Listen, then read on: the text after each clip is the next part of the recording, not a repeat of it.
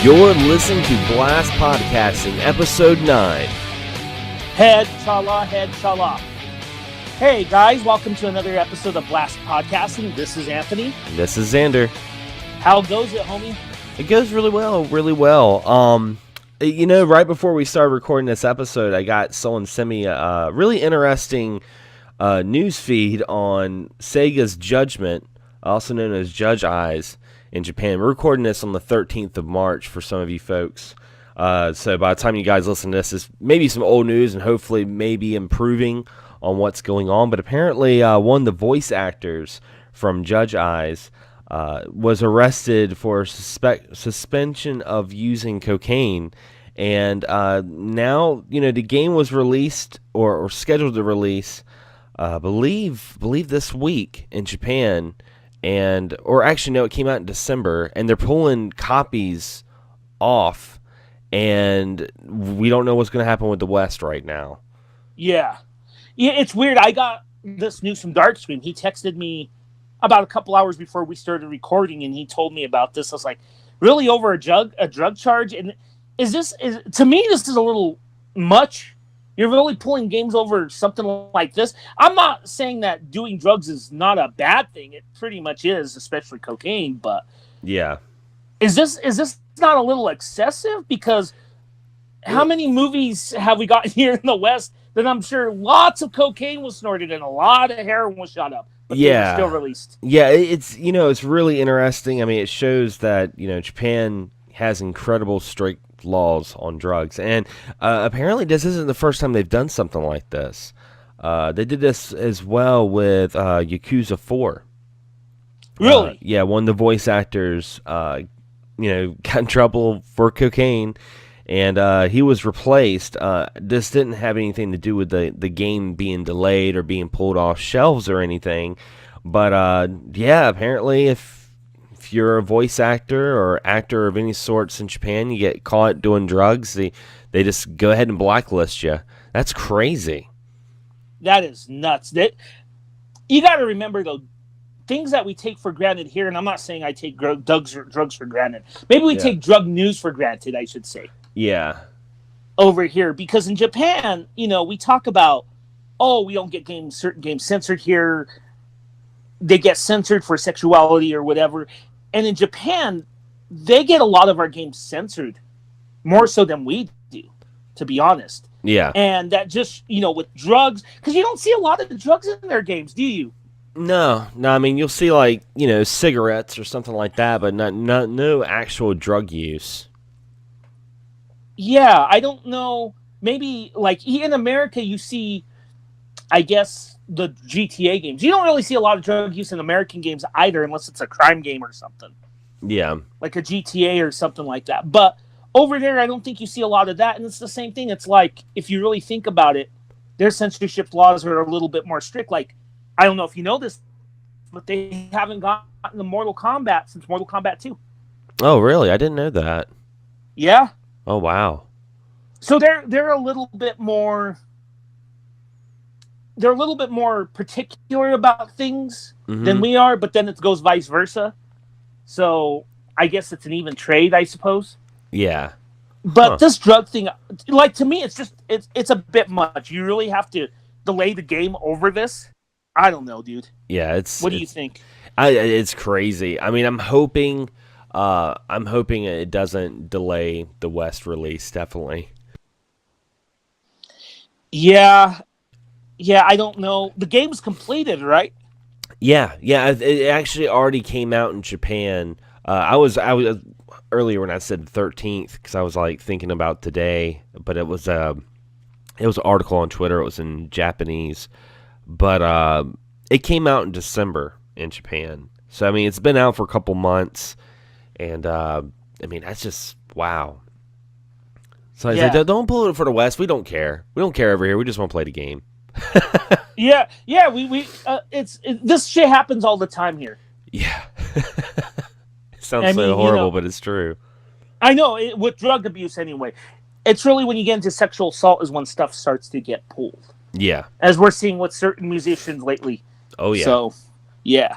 So, I guess that's that. I don't know. I hope we get the game because I'm a big fan of these Yakuza games, as you are. And I played the demo. I mean, I'll be honest, because I have a Japanese account on my PSN, and I downloaded the demo.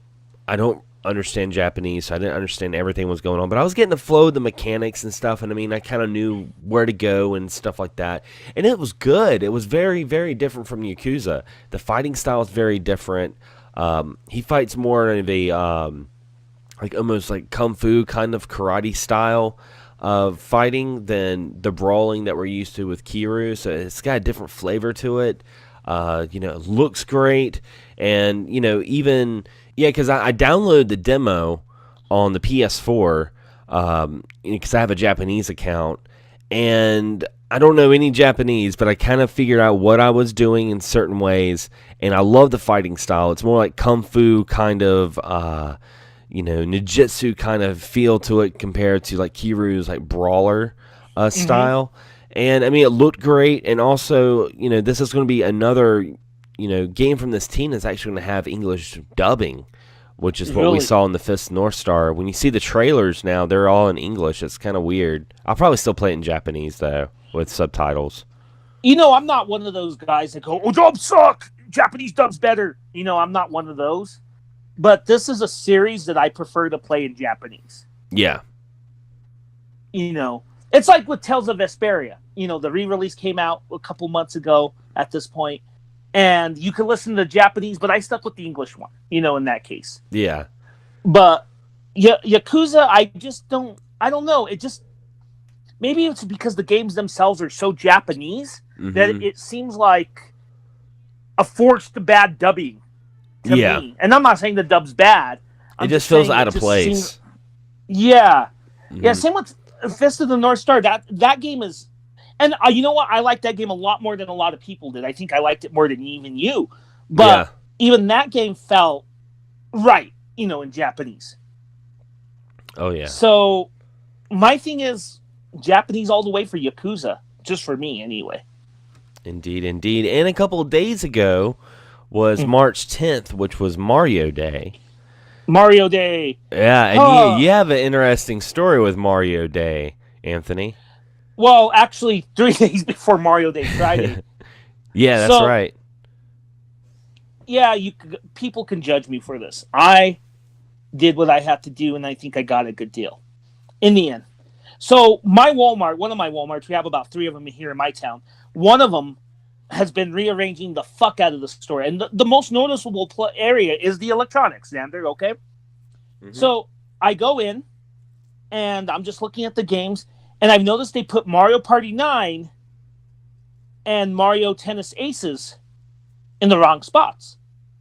And I had the money. I should have gotten both, to be honest with you. Yeah.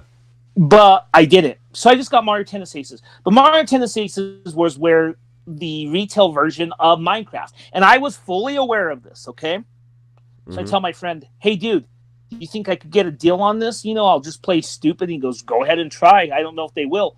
So I went in and I got the guy. I'm like, "Hey, man, that's a good deal on this game. I didn't know they lowered the price. I play completely stupid." He's like, "Yeah, it's a good deal." And we started talking about it. Of course, it rang up $59.98. But the dude was a Walmart employee. Does he give a shit? Probably not. Does he give a shit? Probably not. Yeah. Yeah. So he didn't give a shit. So he gave it to me for $29.98. I was counting on that too. Yeah. And I think, it's a fun game. It's one of those games where the mechanics, I think, are flawless, but it is so lacking in modes. Yeah. I mean, I liked Mario Aces. The story mode was pretty fun. I played a little bit of online. It was fun and stuff. The game's a lot more in depth than I was expecting it to be. Like strategy wise and move wise, there's a lot more to do. But I played it for probably like a month and a half, and then I ended up just trading it in. I told you before the show, I ended up trading in for Smash Brothers or paying off Yakuza Kiwami 2. One of those games I traded in. I was like, just go ahead and because that's the thing. That's the thing I tell a lot of people about Nintendo games. A lot of people get upset that Nintendo games are always $60. And I agree with that. Some of the games that come out the first party games, like say Donkey Kong Tropical Freeze, that's not a $60 game. This sell it No, for it's 30. not. But the thing is these games, they hold value so much. Like right now, Mario Odyssey, if you were to take it to GameStop, you could get about $30, $35 trade credit for it. And that's about as much as you would get if you bought a brand new game like, say, Resident Evil 2 that came out last month and went and traded in. They'd give you $30. So this game's almost 2 years old, and you're getting $35 trade credit. And if you were to sell on eBay, you definitely get $40 for it. So that's one good thing is if it gets to the point where you're like, Mario Aces is fun, but I'm tired of it. You could take it to GameStop, sell it on eBay, and make some good money back, which is really good. Right. I think they did a few things since launch, though, like the tournament modes they've added to keep it fresh, especially with me getting it late. Plus, let's be honest, the way they're doing the DLC is awesome. I don't know if you know about that. No, I don't. Intrigue me. Okay, so since the game came out, the game has gotten 8 new characters, I think. Oh, wow. And they got like 3 more coming out. In fact, what's her face? Paulina came out cool. just this month. Yeah, she came out on the 1st. And the way to get it is pretty easy. You have to unlock... The way it works is you have to unlock it or wait till the 1st of the following month to get it. But it's easy to unlock it. You play one online tournament match. You don't have to win or lose. You just play one and you get the character. That's pretty cool. Yeah. And Paulina came out, and then there's alternate outfits, and it's really quite simple to get these characters. And I think next month we're getting the Wizard Koopa. Oh, yeah? Yeah, and I think we're getting somebody else in... Oh, Dry Bones. We're getting Dry Bones in May. Oh, cool. So the way... I think Nintendo realized, no one's going to spend money on this game. Yeah. But, we'll just give the DLC for free. I think they kind of realize this is a game that I don't think should spend money on, unlike, say, Smash Brothers, which I recently got the season pass for, so. Yeah, I still need to fire that up and play as the freaking Venus Flytrap Piranha Plant or whatever. I still haven't had a chance to download that. Because I got it for free. Yeah, I got it for free. I just haven't had a chance to actually take advantage of it. Haven't played Smash in a while. There's so much mystery around that game still with the DLC. Oh, I love it. I love it too, but it's weird. It's like Joker coming out in April. When? In April. That's classic Nintendo, though. Oh my god. Yeah. One thing I know... Nintendo always does that. They'll be like, summer 2012. It's like, oh, okay. I got one other last anecdote that I want to say before we go. I know we might be short on time, but I just want to say this. I told Down Phoenix this story yesterday, too. I never realized it until yesterday. We got the Switch NES Games update. Mm-hmm. I have realized outside of the Gaming Historian's video that I have never touched it. I've never played it, and I never really thought about playing it. Is a game. It's Star Tropics. I've never thought about it. Oh, it's so good. You know what? It holds up pretty well, but I don't know why I never, ever played it. It's probably one of those games you always heard about, and you heard so many people talk about that you were just like, I'll play it eventually, and just never got around to it. I have games in my collection, or I've had games in my collection where I've been like that, where I'd buy a game because I heard a lot of people talk about it, and I'm like, I'm going to get to it. I'm going to eventually play it. A good example would be 3D Dot Heroes. I have 3D Dot Heroes. Our friend Jason talked about it all the time. And everyone still talks about it. Yeah, and everyone's like, 3D Dot Heroes was like such a hidden gem on the PS3, and it went up in value for a little while. But I found a copy for like $11, and I bought it, and I still haven't played it. Eventually, I'm going to play it, but it happens. But here's the difference, though. I never even thought of wanting to play it. It was just kind of there for me. It's like, I love Star Tropics. I'm like, even when the Gaming Historian video, it's like, I don't know, Well. And then, yeah. I was and like, I don't know why. Now is your chance. Now's your chance to play it. And it's crazy playing it. It's like, wow, this is, the data select screen is exactly like Zelda 2 and Zelda 1 and stuff, so. Yeah. Yeah, it's definitely a good game. So, Yeah, that's all I got to say on that. Yep, and we were going to talk about our main topic of the episode, and that's Dragon Ball. And you know, the reason I say just like Dragon Ball in general is because I don't know if we're going to be talking a lot about Dragon Ball or Dragon Ball Z, Dragon Ball GT, Dragon Ball Super. I know we are definitely going to talk about Dragon Ball Super Broly, the recent movie that came out. It's doing really well in the box office. It's been out for a while now. So yeah, we can talk about spoilers because it's been out since December, and everyone who's a Dragon Ball fan should have already seen this movie by now. So yeah, so I mean, I don't think we're gonna be scolded that bad if we tell any spoilers. But I had to ask you this, Anthony. Have you had a chance to really watch a whole lot of Dragon Ball Super itself, like that No. show? Okay. No, unfortunately not.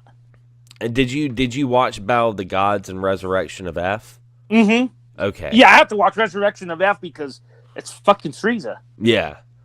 Yeah. Because this is a good question that I wanted to ask you. Because Dragon's Super Broly takes place right after the last arc of Dragon Ball Super, which was the Universe Tournament. Okay. And the reason I want to ask you this, because I'm wondering from someone who hadn't watched Dragon Ball Super, but you watched the two movies, Battle of the Gods, Resurrection of F, which are pretty much been implemented into Dragon Ball Super. Those are almost like the vanilla retellings of the movies. Like the Dragon Ball Super adds so much more depth to it, but you get the same gist of what happened. They change a little bit, but it's pretty much the same. Would you say that you enjoy Dragon Ball Broly just as much as if you had watched Dragon Ball Super, or was there anything in the movie that kind of like didn't, like, you were like, oh, what are they talking about connecting these dots, stuff like that? No, and what I'm going to say might piss off a few people. But is Dragon Ball known for its super complicated plot at all? Yeah, you got a point there. I'm just saying I didn't feel lost, and look, Dragon Ball has enough plot to make you care for the characters to a certain degree. You go there to see people kick the shit out of each other and punch them through mountains and have these battle of the gods or whatever it is. Yeah. That's what you watch Dragon Ball for. Yeah, you have characters that are favorite. I'm a Piccolo fan. I like him. If you want story in Dragon Ball, I would recommend going to watch Dragon Ball. Yeah. Because the original, and that's what I was going to say, is that's probably why that's my favorite out of the whole series, is the original Dragon Ball, because it had a lot of story to it. It had comedic areas in there. It had action. There was just so much more to it. Because I mean, don't get me wrong, I love Dragon Ball Z, but they got to a point in Dragon Ball Z where it was very formula, in the sense that okay, big bad guy came down. Goku and the Z Fighters fight him. They all get their asses kicked. Something happens. Goku learns a new move. He beats him up. The world's saved. The end. That's pretty much how it was. I mean, they of course they changed some things. You can't really compare Frieza to Cell, and you can't really compare Cell to Majin Buu. But when it all comes down to it, it all had the same outcome.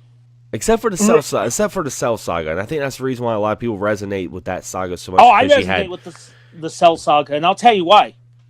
Gohan? Gohan, and that's my problem with the Majin Buu arc. Yeah. Is Goku, I don't know if he should have came back or not. He could have stayed dead, but it should have been Gohan's story. Oh, yeah. At that point. And they even set it up with the Great Saiyan Man and that... what was it? Mr. Satan's daughter? What was her name? Pan, whatever. Pan, yeah. Yeah, Pan. They set all that up and at the beginning, but then it's like, oh, we need Goku again. Yeah, I don't know if it was like Akira Toriyama got nervous of stepping out of a comfort zone and not having Goku as a star anymore, and more as a supporting character. But yeah, that was one of the things that kind of just pissed me off. And then what makes it worse is not only did they kind of put Goku back in the up front, but then they take Gohan and they just totally just trash him. They're like, okay, well, he's not fighting anymore. He's going to be a teacher now. And I mean, that's a little bit more into the Dragon Ball GT realm at that point. Oh, Dragon Ball Super. I will say in Dragon Ball Super, he does redeem himself. okay. He does get back into fighting. Hell, even Krillin goes back into fighting. Master Roshi goes back into fighting. The Universe arc in Dragon Ball Super was awesome. Okay. But yeah, I mean that was something insane. Now, what was really interesting about the Dragon Ball Super movie with Broly was this was Akira Toriyama's take on Broly. Because many fans will tell you that Broly, like many of the Dragon Ball movies, Broly wasn't actually canon, which was really interesting. And a lot of people would debate, if it was canon or not, but Akira Toriyama was like, if it's not made by me, it's not canon. Sorry, it's not canon. And so he turned around and he made Broly canon, and he did it in a very interesting way, in the sense that he made Broly canon, but also kind of messed up the storyline and the timeline of the original Dragon Ball. Yeah, there was some retconning. It kind of I don't know if you ever saw it, but did you see that OVA special that they made with about Goku's dad? You talking about like Bardock? Yeah, the Bardock. Yeah, OVA. Yeah, because they made two of them. They made that one, and then they made the one about Future Trunks. Yeah, the Future Trunks. Oh man, I love Future Trunks. That was such a good movie. Yeah, that was a good one. And it seems like, I don't know if they're using him, but it seems like the Trunks in this is that Future Trunks, or is this regular Trunks? That's one thing I was. Yes, it's Future Trunks. Yeah, Future Trunks comes back in Dragon Ball Super. So is it safe to assume that regular little kid Trunks is still a little kid then? If I remember. Yeah. Okay, it's been a little. Yeah. Okay. Yeah, because Dragon Ball Super, the timeline that Dragon Ball Super takes place, I think just a couple of years after the Buu saga. So not too long. Because I know there's a 10-year skip between the penultimate episode of Dragon Ball Z and the final episode where he finds the reformed Buu and takes him to train or whatever. Yeah. Yeah, so my thing with that is, does Super take place between all of those? Yeah. Okay. Yeah. Because I believe the fight of Goku and Oob is actually the very end of the actual series. Okay. That's the end of it. Because I don't think Oob's even in Super right now. I don't remember him too much. Okay. If I'm not mistaken. And Super's over, huh? For now, yeah. Yeah, they're talking about they might be bringing it back. They definitely have room for it. I mean, they could do a lot more. One of the things I think you may have noticed this, but Frieza's kind of an anti-hero now. Yeah. A lot of that has to do with the Universe saga, because they brought Frieza back to fight in the Universe saga. They brought him back. Right. Goku did. And it's almost like Frieza's taking the role of Vegeta after the Namek saga, or in the sense that he doesn't like Vegeta, he doesn't like Goku, like he hates him, but at the same time he has this like sort of like respect for him, that like he doesn't want anyone else to kill him but him. He's almost like it's really weird. It threw me off guard seeing Frieza that way, because that guy's a genocidal maniac. Say what you will about Vegeta. Vegeta was more of a brat than anything else. Yeah. And yeah, he killed Nappa, and he killed was it Nappa? Yeah. Yeah, he killed Nappa. But I mean, is Frieza really fucking redeemable? And that's where Dragon Ball Super comes back. I wonder if we'll actually see more good guy anti-hero Frieza, because I like it. I like anti-hero Frieza. I'm not gonna lie, I like it. It's so weird. Like I said, especially in the Universe saga, the stuff that he does, and you're just like, holy shit, because you get pissed off at him, and certain parts of the episodes you get pissed off at him, but then you realize that he was doing it for a good reason in his own Frieza way. It's funny. Oh, you know what? I want to talk about one scene in the movie that was crazy. Which one was that? So it's when Gogeta, the fusion of Goku and Vegeta, he does the Kamehameha wave, and they like fuck up reality seemingly. Yeah. with the energy clash between him and Broly. Yeah, that fight was just insane. Shit, man, that's the thing about Dragon Ball. Like I said earlier, you watch it for that kind of shit. Mm-hmm. You don't, like if you've never seen Dragon Ball Z or Dragon Ball, you don't go into saying I want something realistic. Yeah. You go in and you watch guys smashing each other into fucking buildings, and it is a lot more exaggerated than even American comic books, I would argue. Oh yeah, especially that fight with Goku and Broly was insane. It was absolutely insane. It was crazy because that was like almost half the movie. That fight was almost half the movie. That was the crazy thing. Okay, so I have a question. Who exactly is Vampa? Vampa. Oh god, that name right there. Like my mind's drawing blanks on Vampa. Okay.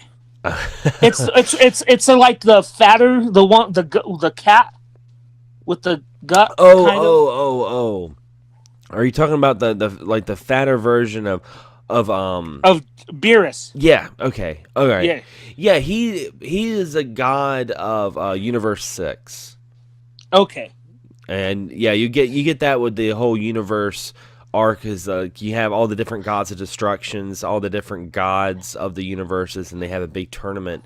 And what happens is whoever loses that tournament, that universe is wiped off the face of eternity. Like that universe is completely gone. And that was a stipulation of that fight. But yeah. Okay. So you got Vampa, or Champa as he's sometimes called. It's weird. And then that's why I didn't realize it, because I've been watching it in Japanese, and it's Champa in the Japanese like subtitles. So when you said Vampa, I was like, Vampa? Who's Vampa? Maybe I meant Champa. It's weird with translations, but yeah.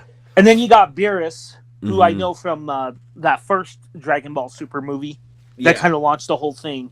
And he's kind of the god of fighting, right? Yeah, god of destruction. Yeah. Okay. And he's is he an anti-hero? He's pretty much a good guy. I mean, he becomes a big softy. Okay. So you got him, and then Piccolo is my favorite. He seemed like he could hold his own again.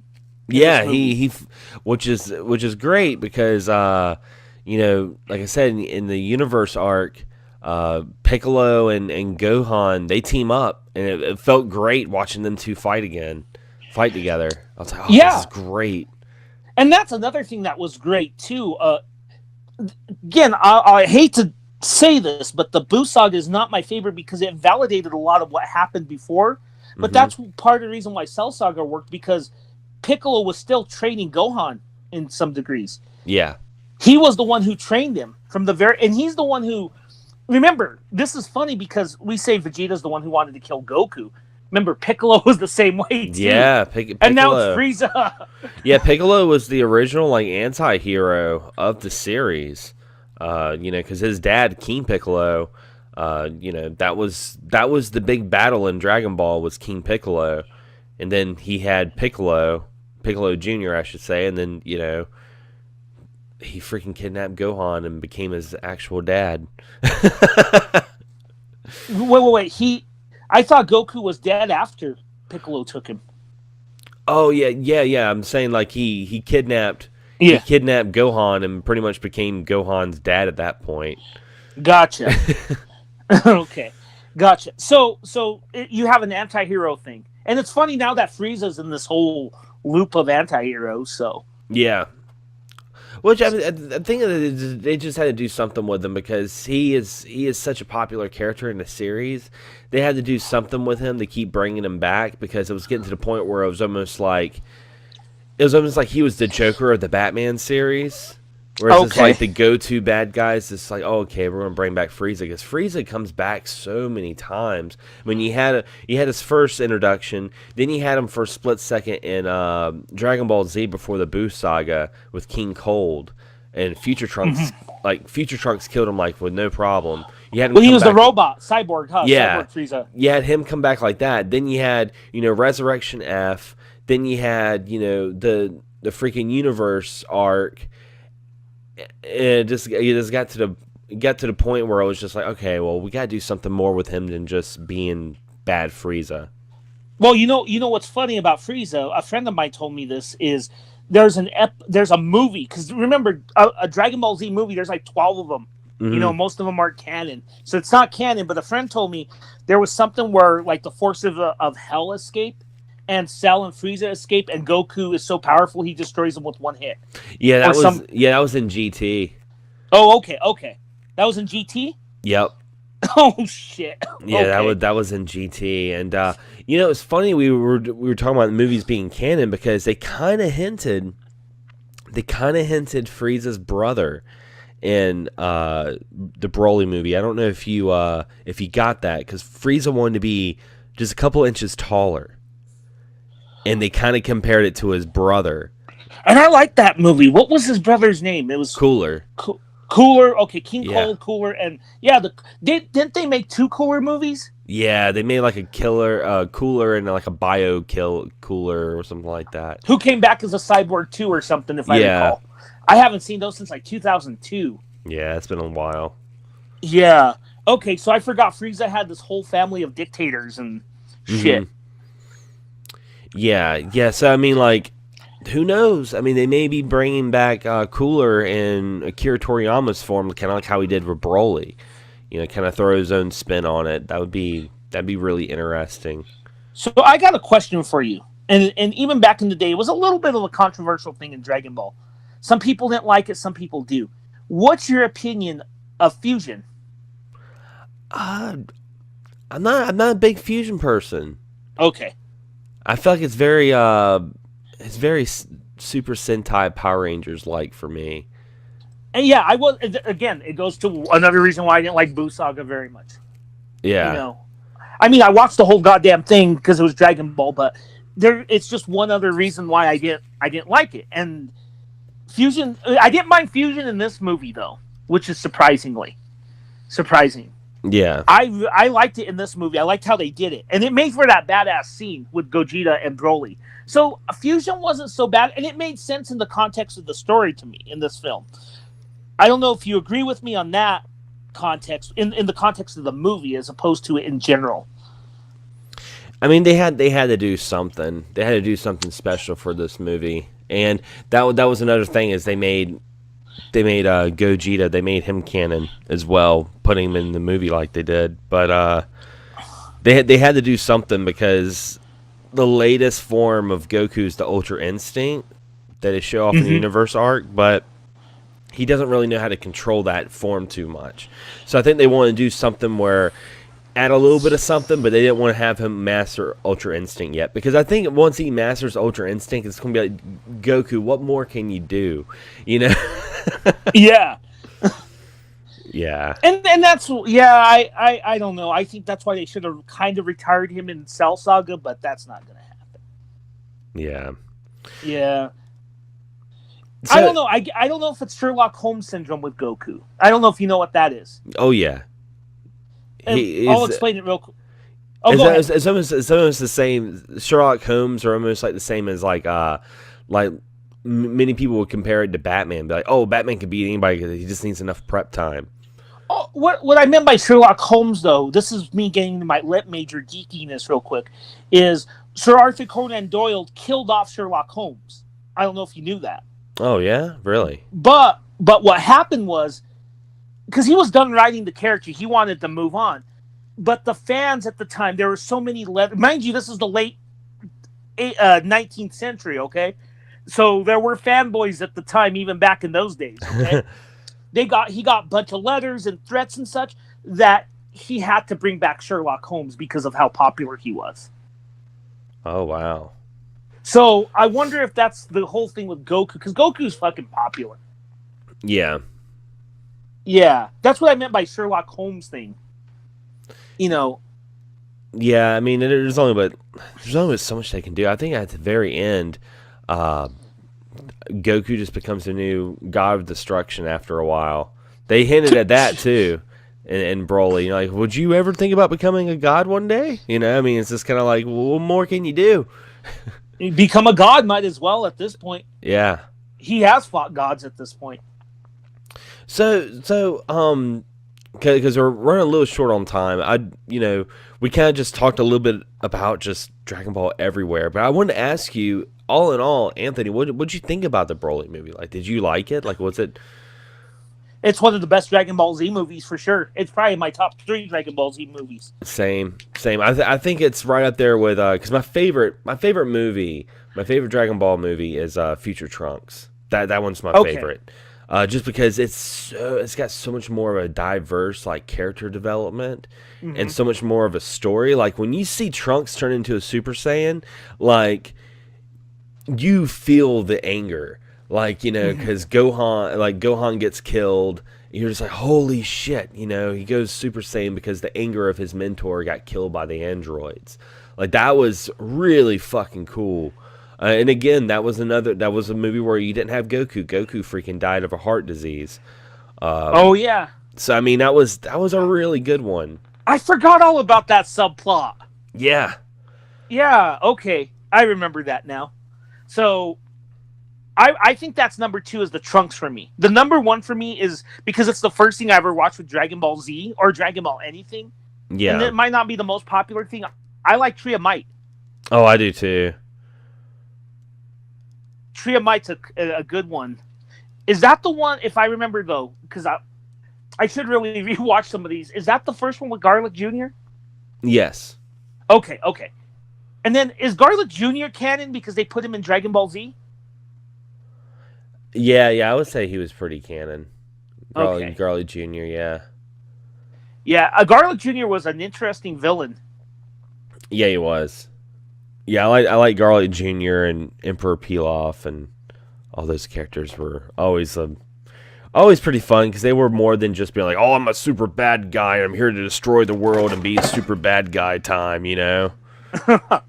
Like, I want revenge for my father or something like that? Yeah. I remember that. Shit. Cool. I need to watch it because I have so many questions like, what's Dende up to since he's the new Guardian? And I'm telling you, Dragon Ball Super is really good, man. Like, I'd probably say the only arc that I wasn't really that big into because it really stretched out was Goku Black. There's like an evil Goku. That's all I'll say about that because I don't want to get too much into it. What? Okay. But yeah, it has to do with why Future Trunks comes back in Dragon Ball Super. Okay. But it's good. It kind of stretches out a little bit, but it wasn't too bad. But there's a tournament with Universe 6 and Universe 7. That's why you see so much of Champa in the series because he's the God of Destruction in Universe 6, and they have their own tournament. And that's when you see the first like female Super Saiyan. Okay. And it was actually Kale. She's like the female version of Broly. Like that's why it kind of surprised us that they brought Broly back officially because Kale, you were kind of like, oh, that's already Broly. She's like this crazy female Super Saiyan that goes insane. But yeah. Broly's always had a big fan base. He really has. Yeah, and that's a weird thing because I never thought the Broly movies were really that good, and his motivations were shitty. They were super shitty. I will say that's one of the things I like about this movie was Broly had so much more of a reason to be who he was compared to what he was in the first movie. It's like, why are you so mad? Because Goku wouldn't stop crying. Oh, yeah, that was so dumb. Yeah, that was really dumb. I did not like that in the original movies. But I think, and I know we're short on time, but I got to say this. I think more so in some franchises, the look of a character in Dragon Ball is a little bit more important than in, say, other franchises. Because, again, I'm not knocking Dragon Ball. It is what it is. It's a lot of fighting. But I think the look of a character is more important than, say, I can't think of Initial D or Neon Genesis or something like that. Yeah. Where you can have average-looking characters, but I think you need exaggerated looks for these characters because it is part of the character. It's a really weird thing to explain, but I think we'll just leave it at that. I don't know if you'd agree with that. No, I agree. I agree. It's a much more of bells and whistles for the Dragon Ball series. Oh, yeah. So, I think this is another one. We say this practically every episode, but this is another one that needs a sequel episode down the line. I will say this. Okay. If we do another episode on Dragon Ball, let's put the ball, no pun intended, in the audience's court on what they want us to really dive deep into, like what kind of like stuff they really want us to cover about Dragon Ball. Like maybe they wanted us to talk more about the Dragon Ball GT because we didn't even touch on that, and that's a very, very hot topic with Dragon Ball GT. Oh, it's not hot. I don't like it, but I'm one of those guys. Yeah. So, but there's a lot not to like about GT. There's a lot of reasons other than just like, oh, it's just not good. I mean, there's a lot of shit they did with that, from the animation to just how they handled characters. It was just, oh gosh. But yeah, I think that would be a good idea to kind of lead the ball in the audience's court on what they want us to really cover and sink our teeth into with the Dragon Ball series, because there's a lot to talk about, definitely. Yeah, I mean, I think that's the thing. I love this podcast, and it's great. I think that's the thing we get ourselves into. We find so much more, but it gives us more shows to do along those same lines, though. Oh yeah, for sure. So, I think that does it, though, my friend. Indeed. And as always, guys, we want to thank you for listening, and we'll be blasting off to the next episode.